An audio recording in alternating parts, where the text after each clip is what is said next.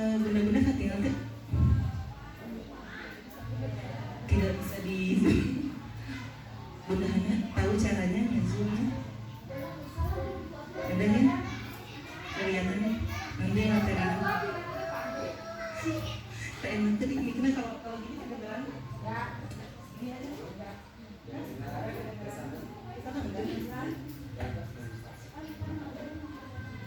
Bismillahirrahmanirrahim. Izinkan saya bersama Pak Asep menyampaikan tentang budaya positif aksi nyata modul 1.4.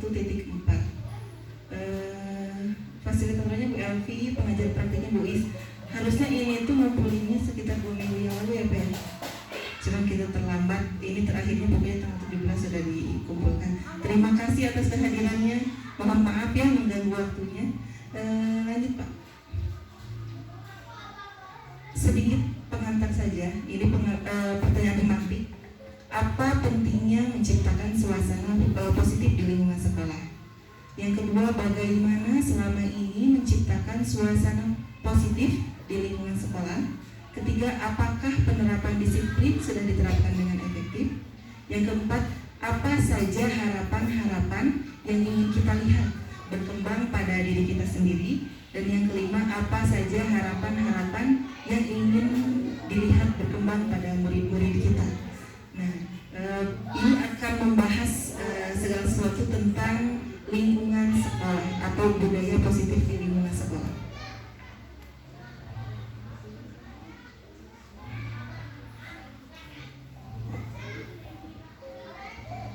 Sebenarnya kalau waktunya 1 jam gak akan kemana-mana ya bunda-bunda, karena yang kami pelajari ini diberi waktu 1 hari. Biasanya ini masuknya di huruf E. Kan kami guru penggerak tuh belajarnya caranya merdeka. Nah ini di huruf E nya, ini tuh hari kedua. Jadi kalau M itu mulai dari diri, nah ini dari E namanya eksplorasi konsep. Biasanya kami belajar banyak sekali konsep pelajari. Ini 1 hari. Jadi sepertinya karena terlalu banyak, kita hanya akan fokus ke poin tertentu. Yang teori kontrol, disiplin positif, nilai kebajikan, kita akan lewat. Kita akan langsung ke motivasi perilaku nanti. Restitusi, dihukum penghargaan, fungsi kontrol dan hukuman, konsekuensi restitusi itu kita akan bahas hari ini insya Allah.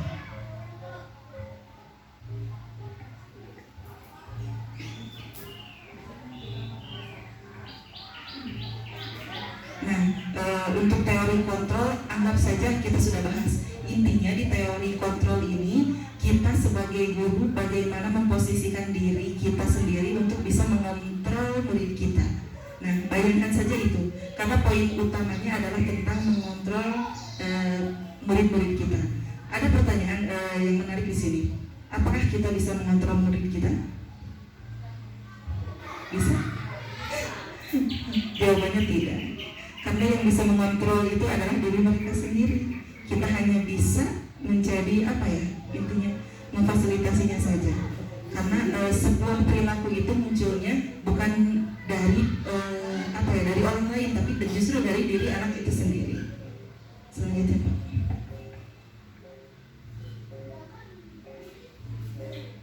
Nah ini yang teori teori kontrol. Seperti guru mengontrol murid itu tidak benar, tidak bisa. Semua penguatan efektif dan bermanfaat juga tidak bisa, karena penguatan positif hanya akan berguna di jangka waktu tertentu. Kritik dapat menguatkan karakter. Biasanya kan kalau kritik suaranya keras atau apa, tapi tidak, ternyata guru dengan berbicara pelan saja justru bisa mengajak anak. Orang dewasa memiliki hak untuk memaksa. Itu apalagi tidak ya, memaksa tidak akan efektif untuk jangka waktu yang panjang.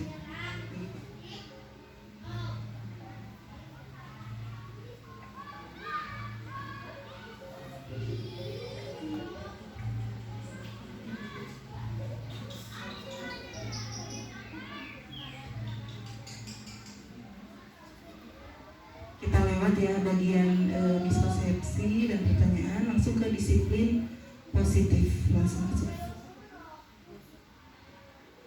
Nah tadi ada pertanyaan, apakah kita sudah menciptakan budaya positif di lingkungan sekolah kita? Apa tujuannya menciptakan budaya positif? Nah tujuannya adalah apa yang kita lakukan di sekolah ini, budaya positif yang kita ciptakan pada diri kita dan anak-anak didik kita serta lingkungan sekitar itu justru akan menjadi sebuah tujuan pembelajaran, jadi kehidupan bagi anak-anak kita di masa depan. Itu yang akan kita bahas. Kita ke perilaku langsung ya. Dua kasus. Jono tidak fokus saat pembelajaran dan Joko datang jauh lebih awal setiap hari. Yang mana yang perilaku baik? Yang Joko datang jauh lebih awal setiap hari. Kita tahu yang sebelah kiri itu perilaku buruk, yang sebelah kanan itu perilaku baik. Tapi di dalam budaya positif ini, perilaku buruk belum tentu bermakna buruk dan perilaku baik belum tentu bermakna baik. Contohnya ini, Jono tidak fokus saat pembelajaran. Sebenarnya dia tidak berniat untuk tidak fokus pembelajaran. Mungkin ada saja satu kebutuhannya yang tidak terpenuhi. Misalnya, apakah dari bertahan hidup, dari cinta, penguasaan, kesenangan, atau kebebasan. Nah, dari 5 kebutuhan ini, satu kebutuhan biologis itu bertahan hidup seperti makan dan minum, dan 4 kebutuhan lain tentang psikologis. Rata-rata anak kita justru banyak masalah di psikologis karena memang 4 berbanding 1 ya, banyak sekali masalah di psikologis. Terus Joko datang jauh lebih awal setiap hari. Kita tahu itu perilaku baik, tapi kita lihat maknanya. Apakah Joko datang lebih awal itu datang dari dirinya sendiri, datang dari niatnya sendiri untuk datang lebih pagi? Belum tentu kan. Bisa jadi satu, takut akan hukuman. Ini adalah posisi terendah. Hukuman itu posisi terendah dari motivasi seseorang berperilaku baik. Jadi itu paling rendah. Yang kedua itu penghargaan, naik 1 level di tingkat hukuman. Dan yang ketiga itu menghargai diri. Joko ingin menjadi dirinya yang paling baik gitu, untuk menghargai dirinya sendiri.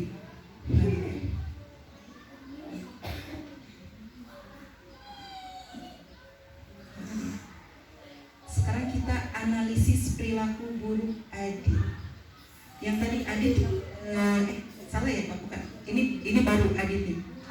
Ada cerita, Adit itu seorang anak TK. Dia sering tidak fokus saat pembelajaran, dia berlari. Saat pembelajaran dia berlari. Ada beberapa poin yang mungkin dia katakan. Yang pertama, Bunda pasti kejar aku, kan Bunda sayang aku. Kira-kira itu kebutuhan apa yang belum dia penuhi? Yang mana?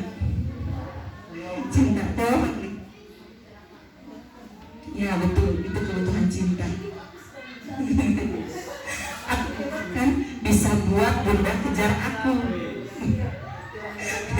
Berarti cinta mah agak beda ya, langsung narap gitu. Aku hebat kan, bisa Bunda kejar aku. Itu pengasaan, betul. Aku suka berlari Bunda. Kesenangan, udah dibuka sama pasir. Atau lagi aku bosan diam terus. Kebebasan, udah jelas ya. Lanjut Pak. Sabar ya. Kita analisis perilaku baik Budi yang tadi. Budi bisa Budi setiap naik motor selalu memakai helm. Kalau dia takut akan hukuman, berarti alasannya apa coba? Besi ditilang, ya, jelas. Besi ditilang saudara.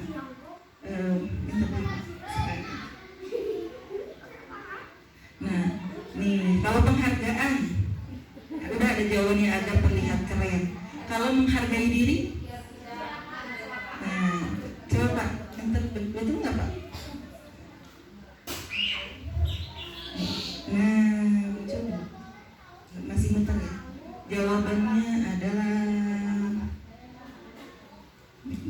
Jawabannya itu keselamatan dan keamanan. Tadi ada di keselamatan dan keamanan, betul. Nah, keselamatan dan keamanan itu yang kita sebut di budaya positif itu adalah nilai-nilai kebajikan. Nilai kebajikan itu adalah nilai yang harus kita yakini dan kita miliki. Contohnya apa yang sekarang lagi tren? Profil pelajar Pancasila. Itu adalah nilai-nilai kebajikan. Salah satu contoh nilai kebajikan yang ada di Indonesia. Terus ada 9 pilar karakter, atau ada juga dari luar-luar, banyak sekali nilai kebajikan. Salah satunya bisa kita ambil tadi keselamatan. Dicontoh tetap memakai masker, nilai apa yang akan kita junjung? Berarti tentang tetap memakai masker, kesehatan, betul, dan keselamatan, keamanan. Atau bisa juga saling menghargai kan dengan orang sekitar, buat nyaman teman, saling menghargai, betul, berjalan saja, keselamatan, betul, berkata yang baik, menghargai, berjalan teman, saling menghargai, iya itu betul. Lagi Pak, ini pada pintar-pintar berubah-ubah, dan sebenarnya nggak usah dibahas lagi, benar-benar udah paham. Iya betul, mungkin ada teorinya saja yang nggak tahu gitu, tapi pelaksanaannya mah udah jelas. Tindak lanjutnya nih, yang tadi perilaku buruk pasti akhirnya akan diberi hukuman, konsekuensi atau restitusi. Dan perilaku baik pasti akan diberi penghargaan. Tapi kita ke penghargaan dulu. Sebenarnya penghargaan itu tidak selamanya baik, karena ada sebuah teori yang mengatakan penghargaan itu justru dapat menghukum anak. Yang pertama misalnya penghargaan tidak berlaku kalau di jangka waktu panjang. Anak akan ngikutin kita kalau dalam jangka tertentu saja. Kalau penghargaannya sudah hilang atau kitanya sudah tidak ada, dia tidak akan lulus lagi. Yang kedua, tidak efektif. Jelas itu yang tadi ya, merusak hubungan. Hubungan bukan hanya untuk dirinya sendiri, diri anak, tapi untuk lingkungan sekitarnya. Saat kita memberikan apresiasi di depan anak lain yang justru di bawah mereka, justru anak yang itu akan tersakiti gitu, anak yang lainnya. Mengurangi ketepatan, menurunkan kualitas. Justru saat anak diberikan penghargaan, biasanya kualitasnya menurun. Kalau di teori ini, dan menghukum, jelas ya, menghukum dirinya sendiri dan orang dan anak di sekitarnya. Yang perilaku buruk itu tadi hukuman, konsekuensi, dan restitusi. Ini akan dibahas selanjutnya. Tapi saya akan bacakan memberikan penghargaan dan hukuman adalah hal yang sama, karena keduanya sama-sama mengendalikan seseorang. Nih, tadi kan ada kata Bunda Ana sih, apa sih hukuman, konsekuensi, restitusi? Kalau kita sudah tahu ya tentang hukuman dan konsekuensi, kira-kira apa bedanya hukuman dan konsekuensi? Kalau hukuman, oh benar ya, bahwa hukuman bahasa Indonesia. Kalau konsekuensi, oh bahasa lain. Nah, Ibu izin ya Bu. Iya Bu. Malu ada Ibu. Ini Ibu naiknya ke ada tamu, dia nemenin tamu tadi muter-muter. Ibu maaf ya Bu ya. Iya. Jadi deg-degan ditambah Ibu. Ada hukuman versus konsekuensi katanya. Satu makna dulu aja, kita anggap hukuman itu adalah buruk dan konsekuensi lebih baik daripada hukuman. Coba ya, mencatat 100 kali di dalam buku kalimat saya tidak akan terlambat lagi karena terlambat ke sekolah. Kira-kira itu hukuman atau konsekuensi?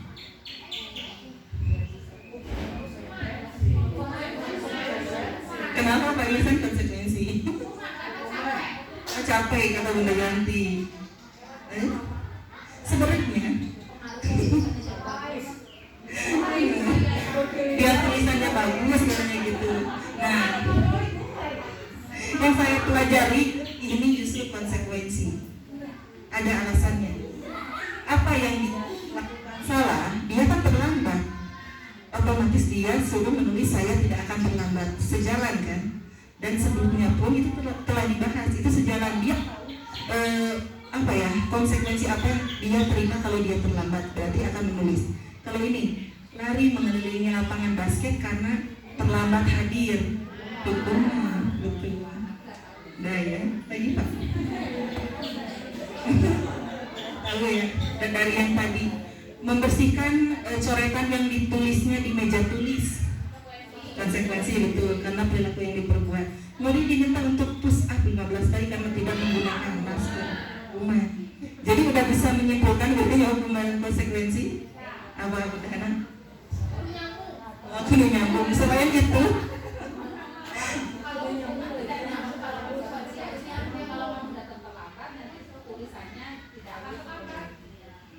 ya, selain itu sebenarnya kita sudah bisa menjawabnya. Kan bunda-bunda selama ini sudah membuat peraturan. Kalau konsekuensi biasanya telah disepakati dengan anak. Kita tahu apa yang kita lakukan salah akan dan konsekuensinya. Kalau hukuman biasanya hanya dari satu pihak saja. Nah, kamu telat, udah duduk di luar gitu kan. Jadi anak itu tidak mengetahui apa yang akan terjadi saat dia telat. Itu jadi bersifat spontan misalnya. Nah ini, tapi di budaya positif ini ada yang aneh gitu untuk kita. Kita biasanya kan membahas tentang peraturan, konsekuensi. Kalau di budaya positif ini tidak. Peraturan itu diganti dengan kata keyakinan. Kira-kira apa bedanya peraturan, enaknya gitu, peraturan dan keyakinan, perbedaannya? Keyakinan apa? Iman. Peraturan keyakinan. Nah, iya di budaya positif peraturan itu dikesampingkan karena peraturan itu lebih kepada ketakutan atau sebuah kalau tidak kita lakukan akan hukuman. Nah, di budaya positif ini kita sebutnya dengan keyakinan. Apa yang kamu yakini akan baik, apa yang kamu yakini akan menjadikan lingkungan di sekitarmu baik kepadamu. Jadi kalau di budaya positif ini bukan peraturan ya bunda-bunda, diganti keyakinan. Nah, itu yang saya pikirkan. Bayangkan. Kan gini ya, saya suka berpikir gini, Bu, bagaimana solusinya di TK? Keyakinan itu aneh, Bu. Silakan Ibu pikirkan sendiri karena di yang lain. Iya. Maksudnya kan teman-teman yang lain kan maksudnya kan guru SMP, SMA yang udah paham. Sedangkan TK dan SD kelas 9 biasanya kita tuh cari teori-teori sendiri. Kita kadang bayangin tuh sepertinya gini. Nah itu kadang bisa jadi yang TK itu kadang nggak ada gambaran dari fasilitator karena kita justru yang harus menggalinya gitu. Jadi harus mencarinya sendiri. Lanjut Pak. Nah kita bedakan. Tadi Bunda Hana bingung nih. Hukuman dan restitusi. Ada lagi yang baru, restitusi. Nah itu restitusi apa? Nanti pengertiannya ada di Pak Asep. Kita akan menelaah saja. Nih, hukuman itu yang tadi saya dikatakan identitas anak akan gagal otomatis. Yang konsekuensi dan restitusi identitas anak bisa sukses dan disiplin, menjadikan anak disiplin. Tadi hukuman, misalnya sesuatu yang menyakitkan dan harus terjadi. Kalau konsekuensi sesuatu harus terjadi, kalau restitusi merupakan. Jadi gini nih, kadang bukan memang pada dasarnya kan kalau anak salah kita selesaikan supaya anaknya minta maaf kan. Misalnya minta maaf ke temannya yang menyakiti, tapi di restitusi itu tidak ada. Restitusi tidak menjadikan anak harus meminta maaf terlebih dahulu kepada temannya. Tapi kalau restitusi perbaiki dulu anak yang salahnya. Jadi menyadarkan dulu anak yang salah untuk mengembalikan dia kepada kelompoknya lagi gitu. Kalau restitusi, kalau konsekuensi kan kita sering ngajak anak supaya gimana caranya minta maaf gitu kan, udah jelas. Tapi sebenarnya apa yang kita lakukan itu ada bagian dari restitusinya, hanya saja kita bilangnya itu bagian dari konsekuensi. Misalnya nih, tidak nyaman untuk murid jelas ya. Kalau konsekuensi tidak nyaman untuk murid atau anak jangka waktu pendek, kalau restitusi menguatkan murid.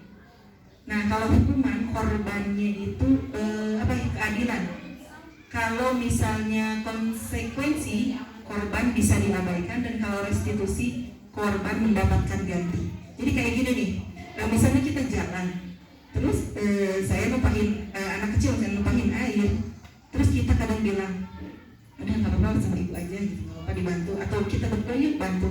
Tidak, kalau misalnya di restitusi ini silakan bagaimana caranya lantai ini bersih lagi, terus apa yang kamu lakukan ke depannya supaya kamu tidak lagi nabrak cai deh gitu. Namun misalnya ada benda di depan kamu nggak akan nabrak lagi. Nah itu kalau restitusi lebih kepada jangka panjangnya. Hukuman murid akan tersakiti kalau konsekuensi dibuat tidak nyaman, kalau restitusi mendapatkan penguatan. Jadi posisinya tuh konsekuensi itu sebenarnya baik saja, cuma netral. Tapi kalau restitusi itu di atas konsekuensi. Jadi kalau restitusi, anak yang salah itu bisa menjadi anak nggak akan ngulangin lagi gitu. Lanjut Pak. Nih, yang ini nih ada paling bawah banget. Tadi saya baru nonton loh. Tadi di berita gini, yang di penjara itu ya, yang di katanya restitusi yang harus dibayarkan senilai 300 juta. Nah, jadi penggantian itu gitu maksudnya. Jadi maksudnya ganti rugi kalau ininya. Jadi anak harus merasakan ganti ruginya dulu bisa berubah, bisa biar korbannya merasa puas dan anaknya kan merasa dia pantas ganti rugi dulu karena dia sudah salah. Ini yang di bawah banget peraturannya adalah kamu harus nih kalau hukuman kalimatnya pasti itu. Tapi kalau konsekuensi apa peraturannya? Kita kan sering ya kamu mau melakukannya. Terima kasih, sudah bagus nih. Kalau restitusi, apa yang kamu yakini? Apa yang bisa kamu lakukan untuk memperbaiki masalah ini?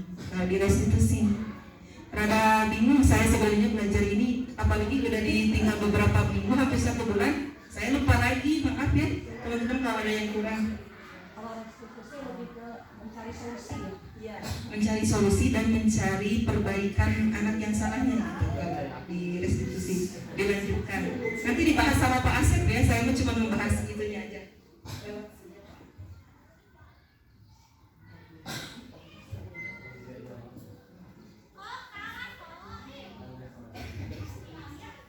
Nih tadi berkaitan dengan apa yang akhirnya dari konsekuensi, peraturan, restitusi, disiplin. Ini merupakan sebuah disiplin. Kadang kita merasa akan diri itu nggak perlu ada disiplin, tapi justru menurut Ki Hajat Dewantara, di mana ada kemerdekaan, di situ harus ada disiplin yang kuat. Merdeka tidak hanya terlepas dari perintah, akan tetapi juga cakap buat memerintah diri. Semakin anak merdeka justru kedisiplinannya semakin kuat kalau di teorinya Ki Hajat Dewantara. Nah, selesai dari saya. Selanjutnya bersama Pak Asep, apa yang posisi kontrol apa yang bisa dilakukan oleh guru untuk melakukan restitusi?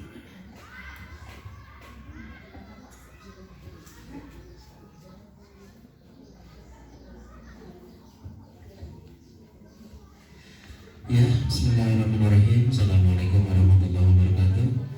Saya akan melanjutkan materi dari Munarika berkenaan dengan 5 posisi sebagai guru. Nah, di sini guru memiliki 5 karakter. Yang pertama sebagai penghukum, yang kedua sebagai pembuat rasa bersalah, yang ketiga sebagai teman, yang keempat sebagai pemantau, atau yang kelima sebagai manajer. Nah, ketika kita seorang guru sebagai penghukum, berarti di sini nanti siswa ketika melakukan sebuah kesalahan, dia siswa itu belum tentu dia menyadari atas kesalahan, karena guru itu di sini sebagai pengadilan tertinggi seperti itu ya. Kemarin saya telah menghadapi sebuah permasalahan, menghadapi siswa untuk menyelesaikan berbagai permasalahan yang ada di sekolah. Sampai 1 hari menyelesaikan permasalahan kasus sampai 4 kasus yang bertumpuk dari sebelumnya, akhirnya muncak dalam satu hari, sehingga pembelajaran tidak selesai karena harus menyelesaikan kasus. Nah, itu karena ada sesuatu yang mungkin sebelumnya adalah penanganan guru sebagai penghukum, nah bukan sebagai restitusi. Kemudian yang kedua yaitu guru sebagai teman. Nah, di sini tentu karena di sini dari bahasa pun sudah menyamakan antara guru dengan murid adalah teman-teman. Sebagai teman berbicara, teman berkomunikasi. Jadi kalau dalam satu sisi mungkin jarak jeda antara guru dengan murid itu hanya beda tipis, sehingga mereka siswa pun begitu leluasa untuk berbicara, menyampaikan pendapat kepada guru. Kemudian yang berikutnya adalah sebagai pemantau. Tentu siswa di sini sebagai aktor. Jadi guru hanya ketika hampir sama seperti fasilitator. Jadi melihat dari kreativitas siswa. Guru hanya sebagai menilai apa produk yang telah dikerjakan, apa yang telah dilakukan oleh anak-anak kita, Kemudian yang berikutnya adalah membuat rasa bersalah. Terkadang manusia kepada siswa pada saat ini sering membuat sesuatu ketika apalagi misalkan saya sering mendengar dulu ketika di dalam kuliah ada namanya guru yang kilat, pernah seperti itu. Pada saat bimbingannya pun begitu dipersulit dan lain sebagainya. Satu sisi bagus karena untuk mendewasakan siswa, mahasiswa, murid.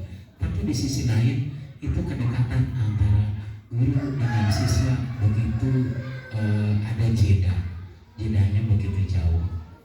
Nah, kemudian yang berikutnya adalah guru sebagai manajer.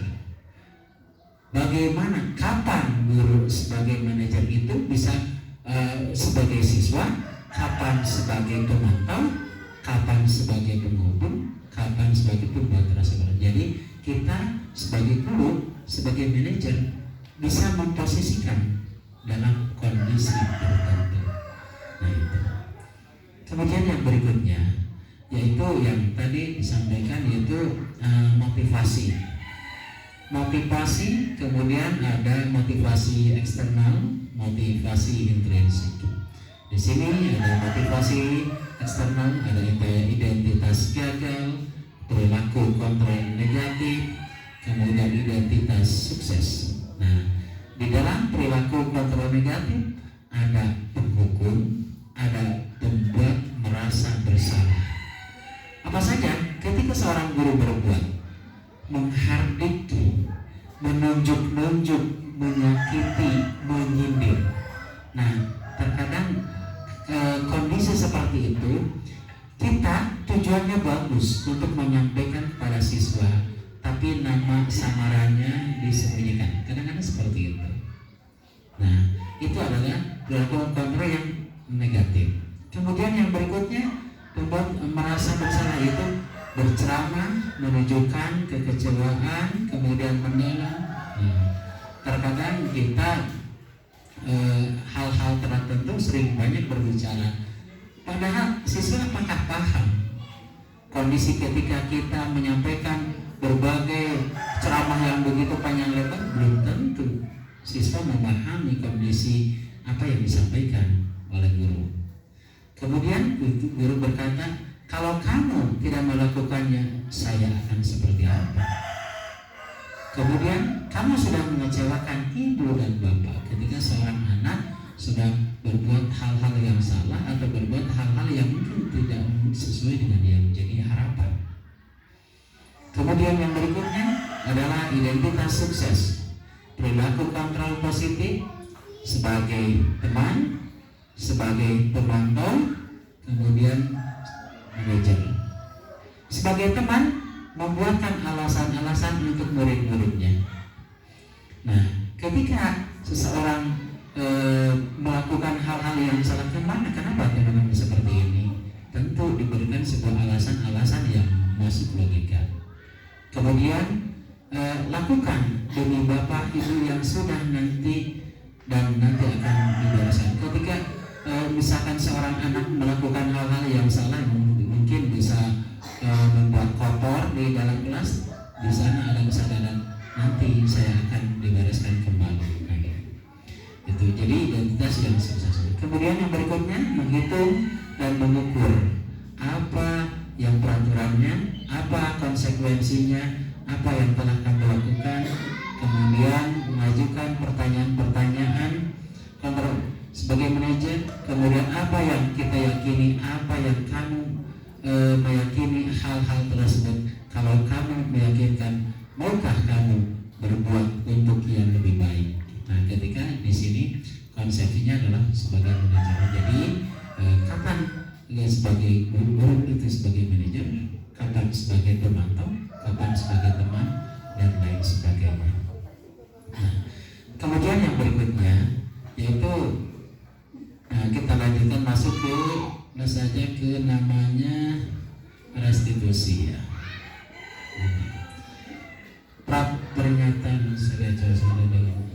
Nah, ini sebuah pernyataan.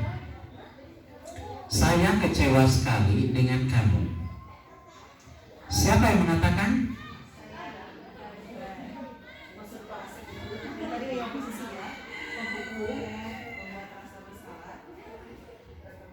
Teman atau kemudian manajer.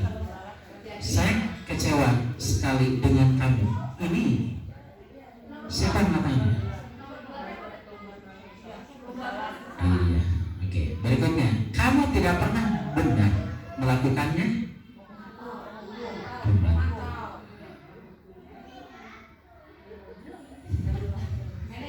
Oke, ayolah lakukan demi saya. Kemudian, apakah kamu mau mendapatkan stiker bintang hari ini?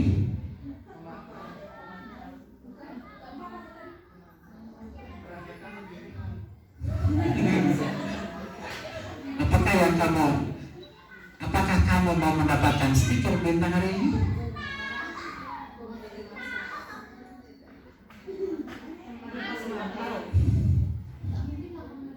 Sebagai manajer, pemantau, teman, pendukung,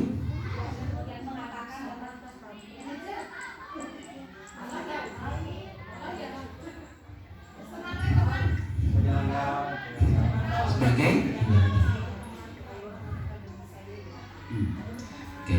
Berikutnya, bagaimana kamu bisa menyelesaikan masalah ini? Nah, sebagai manajer. Oke, itu sebagai gambaran bagaimana sikap kita ketika sebagai teman, kemudian sebagai pemantau dan lain sebagainya. Nah, masuk ke materi yang tadi yang belum teruraikan, yaitu restitusi.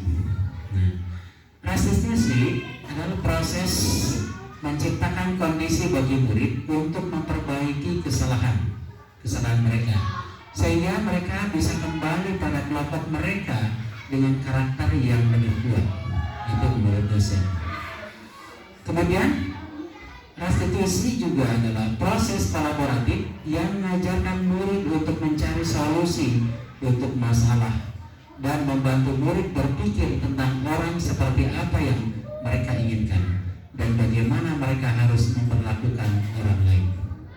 Nah, kemarin saya mau membuat sebuah video pembelajaran berkenaan seorang anak itu dia sangat suka sekali terhadap pelajaran bahasa Inggris.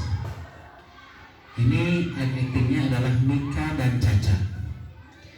Mika itu dia datang terlambat, dia tidak datang ke sekolah, dia tidak sempat mengerjakan PR tugas bahasa.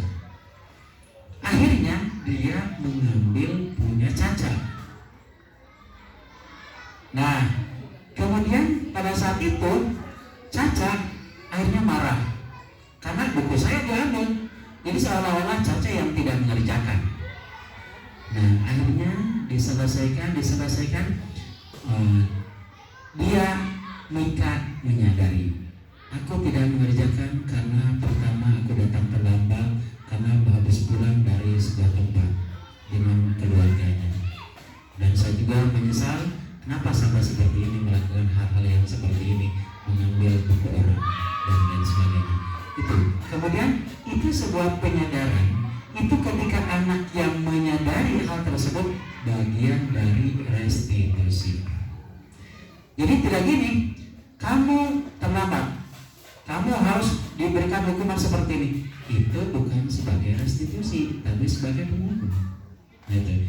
Jadi membedakan antara restitusi dengan hukuman dengan konsekuensi itu sangat beda sekali dalam penanganan. Begitu juga di dalam tadi kan ada konsekuensi, ada hukuman. Itu harus sudah bisa membedakan antara konsekuensi dengan restitusi pun itu sudah bisa membedakan satu dengan yang lainnya. Nah, sebuah ungkapan restitusi bukan untuk menembus kesalahan, namun untuk belajar dari kesalahan. Kemudian restitusi memperbaiki hubungan yang satu dengan yang lainnya, dengan temannya yang tadi sudah retak, akhirnya untuk lebih kembali lagi ke normal kembali. Restitusi adalah tawaran, bukan paksaan. Jadi siswa tidak merasakan terpaksa. Kalau mungkin kita sering menyampaikan bahasa namanya spiritual tuition. Jadi satu, ketika memberikan disentuh hati anak, disentuh memori anak, dalam 2 menit 3 menit anak bisa nangis. Itu apa? Karena di psikolog anak itu sendiri yang tersentuh. Nah, di sini juga bagian dari restitusi itu bagian dari personality kepada karakter fitrah anak itu sendiri yang terpanggilnya. Restitusi menuntut untuk melihat ke dalam diri. Nah, itu ya. Jadi kepada dirinya sendiri, personality-nya. Restitusi mencari kebutuhan dasar yang mendasari tindakan. Restitusi diri adalah cara yang paling baik. Fokus pada karakter bukan tindakan. Nah, jadi fokus terhadap karakter personal, bukan kepada tindakan. Kenapa melakukan tindakan dari apa yang telah dilakukannya. Restitusi menguatkan personal, menguatkan diri. Kemudian restitusi fokus pada solusi. Sekali lagi, restitusi fokus terhadap solusi, bukan kenapa. Nah, itu. Kemudian yang berikutnya, restitusi mengembalikan murid yang berbuat salah pada kelompoknya. Nah, terkadang ketika seorang anak sudah melakukan kesalahan, kadang-kadang sudah diklaim, oh ini seperti ini biasa kaburan yang lain, akhirnya terus, wah kamu mah di sana. Kenapa? Image-nya adalah anak itu kesiangan. Nah, ini sudah dikelompokkan kepada ungkapan itu, padahal tentu dia memiliki sebuah alasan kenapa seperti itu. Ketika dengan restitusi dia akan membuat menyadari kenapa seperti itu. Itu bisa disebabkan eksternal atau internal. Eksternal mungkin ketika kenapa anak itu terlambat terus, karena ayahnya yang telat. Nah, anak sudah siap. Nah, eksternal. Kalau internal mungkin ketika dia kesayangan terus datang terlambat karena tidurnya kesiangan. Nah, itu bisa seperti itu. Kemudian yang berikutnya yaitu langkah-langkah. Nah, di dalam restitusi itu ada 3. Yang pertama, menstabilkan identitas. Yang kedua, validasi tindakan yang salah. Kemudian yang 3, menanyakan keyakinan. Nah, di dalam teori kontrol, kita semua akan melakukan hal terbaik yang bisa kita lakukan. Semua perilaku memiliki alasan. Kita semua memiliki motivasi. Nah, langkah-langkah di dalam restitusi ada 3. Yang tadi adalah pertama, menstabilkan identitas. Yang kedua, validasi tindakan. Yang kemudian yang ketiga, menanyakan keyakinan. Yang seperti apa yang termasuk ke dalam atau ungkapan yang sering kita dengar di dalam menstabilkan identitas? Nah, ini yang sering kita kenal dengan segitiga restitusi. Nah, kamu tentu punya alasan mengapa melakukan hal itu. Nah, menstabilkan identitas. Setiap orang pasti pernah melakukan kesalahan. Kamu bukan satunya yang pernah melakukan kesalahan. Jadi di sini kembali kepada personality. Jadi menanya diri. Ya. Kamu kurang ngaca diri, nenteng diri. Gitu. Kemudian yang kedua yaitu validasi tindakan. Yaitu kamu tentu punya alasan mengapa melakukan hal itu. Ketika seorang anak kenapa kesalahan terus? Adakah caranya yang lebih efektif untuk mendapatkan apa yang kamu butuhkan? Kemudian yang berikutnya menanyakan keyakinan kelas yang telah kita sepakati. Tentu di sebuah kelas ada kesepakatan yang sudah dibuat. Nah, kemudian kamu ingin menjadi orang yang seperti apa kalau misalkan terlambat terus? Nah, itu. Jadi 3 restitusi. Yang pertama, menstabilkan identitas. Yang kedua, validasi tindakan yang salah. Kemudian yang ketiga adalah menanyakan keyakinan. Nah, berikutnya ungkapan-ungkapan yang sering muncul pada saat menstabilkan identitas. Bagian dasar dari segitiga bertujuan untuk mengubah identitas anak dari orang yang gagal karena melakukan kesalahan menjadi orang yang sukses. Kalau kita ingin dia menjadi reflektif, maka kita harus meyakinkan si anak dengan cara mengatakan kalimat-kalimat bahwa ini berbuat salah itu tidak apa-apa. Nah, ini pun kalau dalam satu frame itu seolah-olah membenarkan orang salah, betul nggak? Ungkapan ini, ketika dalam satu sudut pandang pasti akan mengatakan membenarkan hal-hal yang salah. Tapi ketika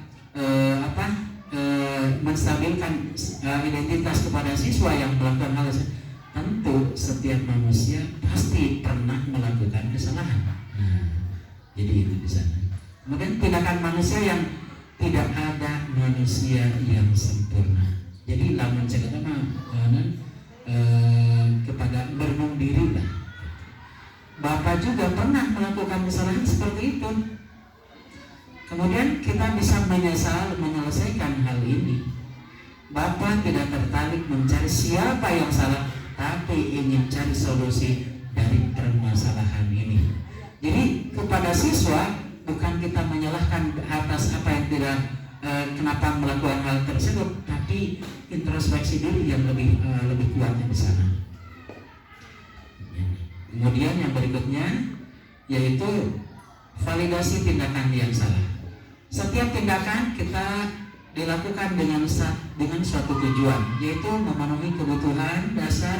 Seorang guru yang memahami teori kontrol pasti akan mengubah pandangan dari teori stimulus respon ke cara berpikir proaktif yang mengenali tujuan dari setiap tindakan. Kalimat-kalimat di bawah ini mungkin terdengar asing buat guru. Namun bila dikatakan dengan nada tanpa menghakimi, akan memvalidasi kebutuhan mereka.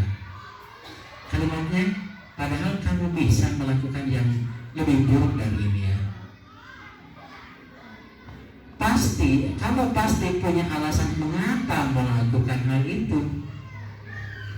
Kemudian kamu patut bangga pada dirimu sendiri karena kamu telah melindungi sesuatu yang penting buatmu. Kamu boleh mempertahankan sikap itu, tapi kamu harus menambahkan sikap yang baru yang lebih baik. Nah itu.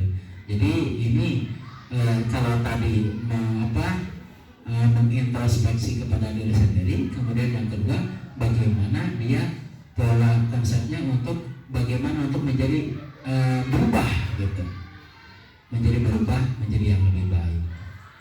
Kemudian yang ketiga yaitu menanyakan keyakinan. Teori kontrol menyatakan bahwa kita pada dasarnya termotivasi secara internal ketika identitas sukses telah tercapai. Nah, ketika hal itu akan terbentuk tingkah laku yang salah telah divalidasi. Dalam artian apa? Jadi hal-hal yang salah sudah diperbaiki, sudah ada niatan untuk menjadi berubah menjadi lebih baik. Maka anak akan siap untuk dihubungkan dengan nilai-nilai yang dia percaya dan berpindah menjadi orang yang dia inginkan. Ungkapan yang sering dengar dalam menanyakan keyakinan adalah apa yang kita percaya sebagai kelas atau keluarga, apa yang kita percaya, apa nilai-nilai umum yang telah kita sepakati, apa bayangan yang kita tentang kelas yang ideal. Kamu mau jadi orang yang seperti apa? Ini sudah konsepsinya adalah ke depan. Kamu mau seperti apa? Nah itu di masa yang akan datang. Apa bayanganmu? Ketika ingin menjadi sekolah yang lebih ideal, yang paling ideal? Apa nilai umum yang telah kita sepakati? Nah itu hal-hal yang untuk menjadi lebih baik di masa yang akan datang. Nah tentu dari tadi, dari hukuman, kemudian konsekuensi dan restitusi dapat bisa membedakan? Bisa membedakan? Pasti bisa. Nah, ketika kita sudah membedakan, tentu mana yang sering kita diterapkan di sekolah kita, apakah konsekuensi atau restitusi atau hukuman. Nah ini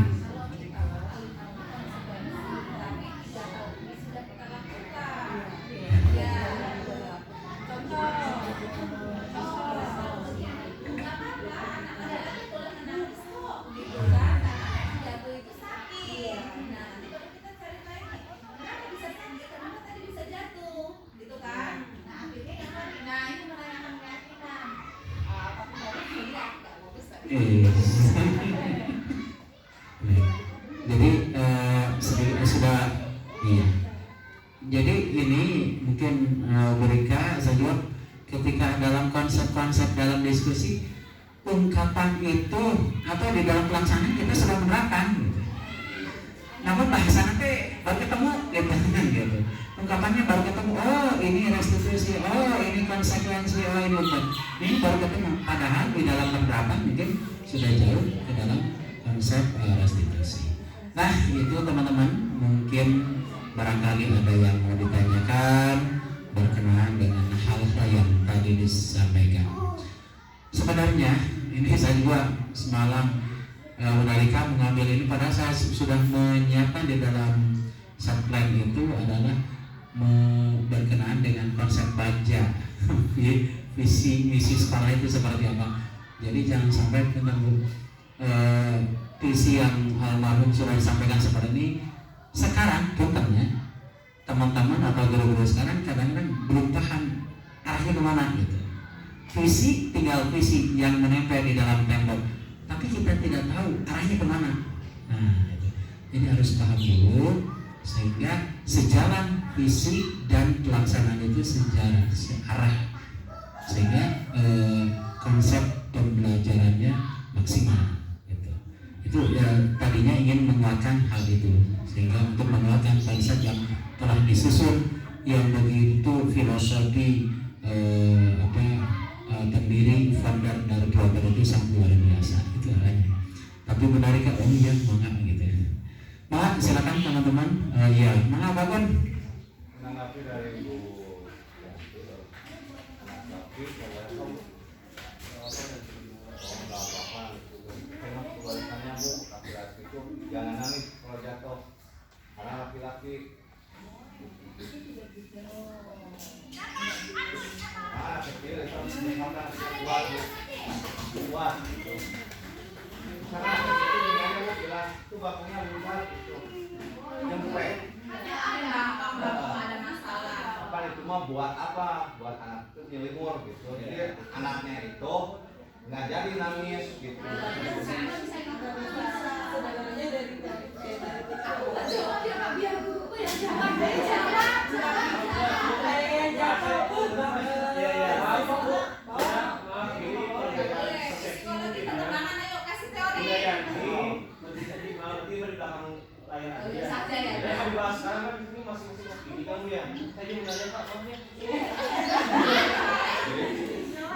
Jadi Pak, pertama saya ucapkan terima kasih atas pembawaan visi tentang restitusi. Ya, yang saya dapati hari ini simpulannya adalah ada berbagai macam tindakan level dari yang kita bahas. Pertama, hukuman, konsekuensi, dan restitusi. Ini seperti halnya yang pernah kita ketahui bersama tentang perseteruan antara kata kafir dan muslim. Keduanya sinonim, tapi memiliki makna yang berbeda-beda. Antara kafir dan muslim. Mirip kan? Atau misalnya Islam. Di Indonesia ada 3 organisasi besar, ulama, Muhammadiyah, dan Persatuan Islam. Tapi intinya 3 ini Islam. Nah, sama seperti halnya tentang hukuman, konsekuensi, dan restitusi. 3-3 ini adalah cause and effect menurut saya. Karena ada sebab dan akibat. Sebabnya ini ya maka tidak seperti itu. Nah, pertanyaannya adalah kita kan fokus pada restitusi. apakah restitusi ini dan pilihan-pilihan lain bersifat opsional atau restitusi ini bersifat absolut. Kita harus menggunakan restitusi dibanding konsekuensi dan hukuman. Nah, terus selanjutnya pertanyaannya, apakah hukuman akan berdampak selamanya negatif sehingga tidak menjadi fokus utama yang kita bahas sekarang? Karena titik beratnya ada restitusi dan juga konsekuensi. Nah, konsekuensi yang dimaksud berarti kan kalau menurut pandangan saya penggabungan antara hukuman dan restitusi, ya kan? Itu. Nah, jadi sebenarnya ketiga opsi ini sifatnya apakah sesuai dengan kondisi. Sedangkan menurut tadi penyampaian di awal bahwasanya awareness, self awareness, gitu ya, kesadaran diri itu nggak bisa dirubah oleh orang lain. Ya, jadi kalau soal itu bisa berubah atas dasar dirinya, self awareness kan. Nah, artinya ketiga hal ini kalau mengkakuannya kepada self awareness tadi, artinya biasakan itu ya sebenarnya aja gitu apa ya, poin titik tadi tetap di orang tersebut lagi. Oke, jadi benefit tadi ya ketiga poin hal tersebut ini mana yang seharusnya atau yang sifatnya opsional. Kita boleh menghukum, kita boleh kasih konsekuensi, dan kita juga boleh kasih restitusi atau menyesuaikan dengan si anaknya. Terima kasih. Yang harus menjawab ilmu psikologi, mangga. Ya. Psikolog. Aduh, ini jadi ya dari apa ya